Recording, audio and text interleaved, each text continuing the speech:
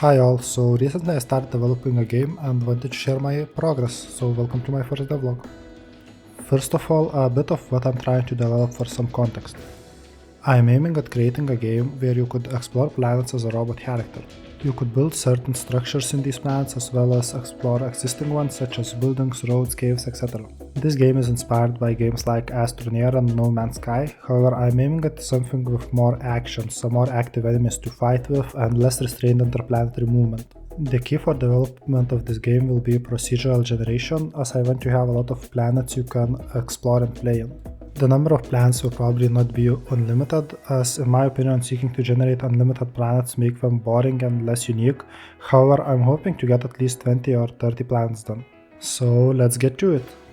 First thing I did was setting up gravity system using some placeholder planets and a character controller.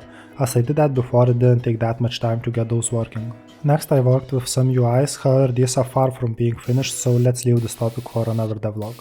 After that I decided to get the base planet generation running. By base I mean the planet shape itself, as I wanted to have planets with caves and overhangs as well as possibility for player to edit them.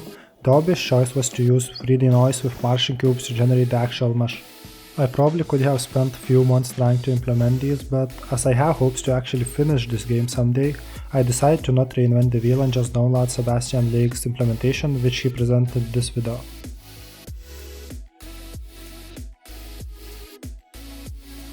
I loaded his project and performance was immediate concern. However, after simply disabling clouds on water, frame rate immediately jumped from around 45 to above 110. I wanted to keep his atmosphere implementation as it looked amazing and wasn't affecting performance that much. However, it was created for Unity's built-in render pipeline and I'm using Universal Render Pipeline, so I'll have to revisit atmosphere later as currently I have no idea how to convert shaders from built-in to URP. I also removed planet material as I wanted to use material that would support textures. And here's the result. Well, currently this doesn't look that nice, however looks are not the main priority now. More pressing issue was objects clipping through the planet. While in Sebastian Lake video he addressed player clipping through the terrain when it is raised, his solution was only helpful for player and restricted player's movement while terraforming, so I decided to remove it. Instead of that I decided to simply forbid raising the terrain when it is too close to the player, although I will probably be revisiting this limitation later. As for other objects, I made it so when planet mesh changes after raising or digging ground, objects will calculate direction from planet center to itself when shoot ray in that direction. Note that ray will not hit planet surface or cave floor, as rays in Unity can only hit the outer side of the collider. So we take this ray hit point and cast another ray to the opposite direction of the first one. Then we can simply check if second hit point is closer to the planet center than our object, and if yes, there's nothing to be done as object is already above ground. Otherwise we either want to move our object to the position of second hit point while also accounting for the object size, or simply freeze it and consider it as buried underground. If however the first ray did not hit anything, we simply take an imaginary point above our object and cast second ray from that. After that is working, we can easily update these checks to also check if buried objects were unburied. Performance of this solution is not great, but it is also not terrible, so I'm gonna leave it like that for now. After most pressing issues were resolved, I decided to tackle LOD's generation. This was one of those things that I had no idea how to implement and at first thought is gonna be very difficult. Quick explanation, LOD stands for Level of Details. When rendering something on the screen, you generally don't want to render something that player will not be able to see. So basically what you normally do is make few different versions of the same model, each being less detailed than previous one. Then Unity can automatically switch between these versions based on how much space the object takes on the screen. This way we avoid wasting performance while rendering details that player is too far to see. While Unity can handle downscaling of textures automatically on its own, we have to handle 3D models ourselves. Of course, as our planet generation is procedural and planets can change while game is running, LODs must be generated at runtime as well. So to get started I went through Unity's asset store to see if there's something I could use. However, most of automatic LOD generation tools were pretty expensive and I'm pretty broke, so that wasn't an option. I found one free asset called Auto LOD, however its performance was far from good and results were not great either. Yet I decided to use it and update as needed. Without much struggle I got it working with planet chunks. One issue with the system were gaps appearing between chunks of planet as corner vertices got removed.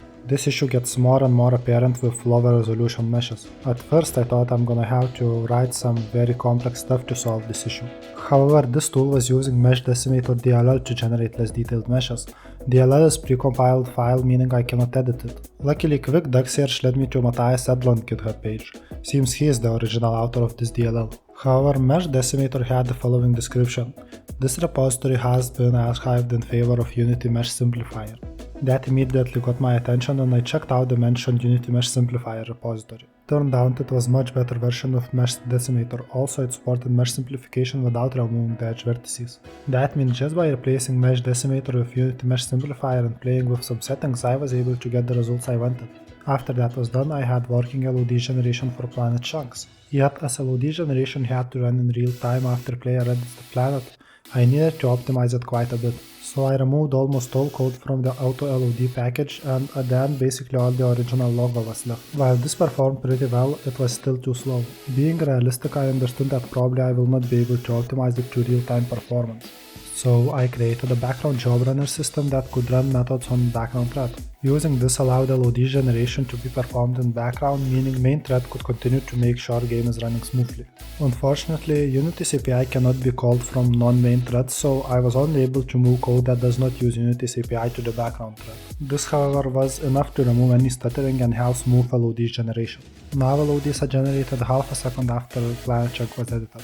While planet chunk is edited, it is switched to highest LOD, as highest LOD is basically original mesh, and the lower resolution LODs are not generated instantly and would not represent the actual state of the planet. Additionally, I wanted planet to be rendered even when looking from very far away. For that I set up second camera with extremely high render distance. This camera is meant to only render planets. At certain distance, rendering each chunk becomes wasteful even at low resolutions. To solve this, I created a planet LOD script that will take lowest resolution LODs of each chunk and combine them to one mesh. At this distance from the planet, player should be far enough to not be able to edit the planet. So once meshes are combined, we can generate LODs for this new mesh representing the entire planet. Then we simply disable all planet chunks and their LODs game objects and enable planet LODs. This allows us to have only one game object for planet and 3 more for LODs instead of at least 500 game objects for chunks and 1,500 more for LODs.